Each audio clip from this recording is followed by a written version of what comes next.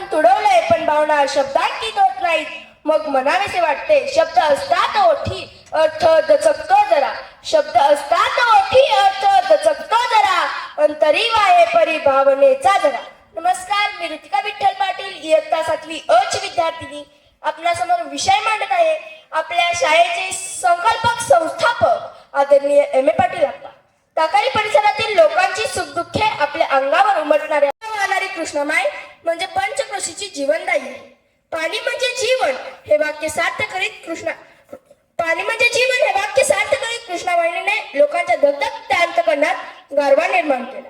कृष्णाकाठची माणसे कृष्णा जलासारखीच स्वच्छ अंतःकरणाची आणि निर्मळ मनाची असतात हे आपल्याला आदरणीय अप्पांच्या व्यक्तिमत्वावरून दिसून येते. त्यांच्या कर्तृत्वाने आज सामान्यांच्या जीवनात शिक्षणाचा वसंत ऋतू भरला. अप्पांच्या प्रखर ध्येयाने टाकारी आणि पंचक्रोशीसाठी शिक्षणाच्या प्रकाश वाटा आणि उजेड वाटा निर्माण झाल्या. आंबेडकर, शाहू, छत्रपती आणि कर्मवीर यांच्या पावलांच्या पाऊलटेवर या ज्ञानीपुरुषाचा जन्म 19 सप्टेंबर 1931 रोजी झाला. वडील हरी पाटील व आई हौसाबाई पाटील यांनी त्यांच्यावर राष्ट्रप्रेम व समाजसेवेचे संस्कार केले. लहानपणी अप्पा खेळणे, पोहणे, कुस्ती या जीवनकलांच्या उपस्थित दंग राहिले. स्टेशनवर जिल्हा परिषद शाळेमध्ये त्यांनी आपले प्राथमिक शिक्षण पूर्ण केले व राजाराम कॉलेज कोल्हापूर येथे त्यांनी आपले उच्च शिक्षण पूर्ण केले. कोमलवाणी व साधी राणी ही सत्पुरुषांची सर्व लक्षणे अप्पांना यथार्थ लागू पडतात. अफाट कर्तृत्व, उत्कृष्ट भाषा प्रभुत्व ही अप्पांच्या व्यक्तिमत्वाची बलस्थाने होती. ऋषितुल्य गुरुजींचे मार्गदर्शन, आई वडिलांचे संस्कार आणि वाचन व्यासंगामुळे अप्पांचे जीवन अधिकच बहरत होतं.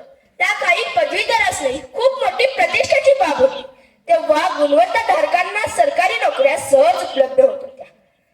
नोकरी स्वीकारून परिस्थितीचा काळोख पेटावा, क्रांतिकारकांच्या पावलावर पाऊल ठेवत समाजासाठी जीवन समर्पण करावं या विचारांचं मनात काढून निर्माण झालेलं विचार मनाचे आणि तत्व शोधायच्या काळात 1962 ला अप्पा विवाहबद्ध झाले.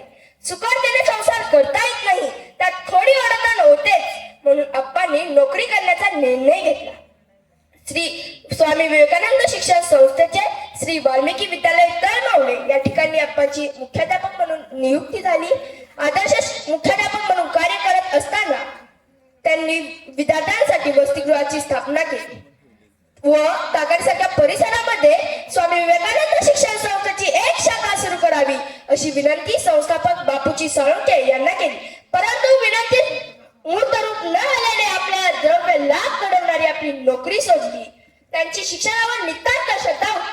शिक्षणातून अमूलाग्र क्रांती घडून येते या विचारावर त्यांची भक्ती होती. देहाचा ध्यास घेतला की कामाचा त्रास होत नाही, देहाचा ध्यास घेतला की कामाचा त्रास होत नाही.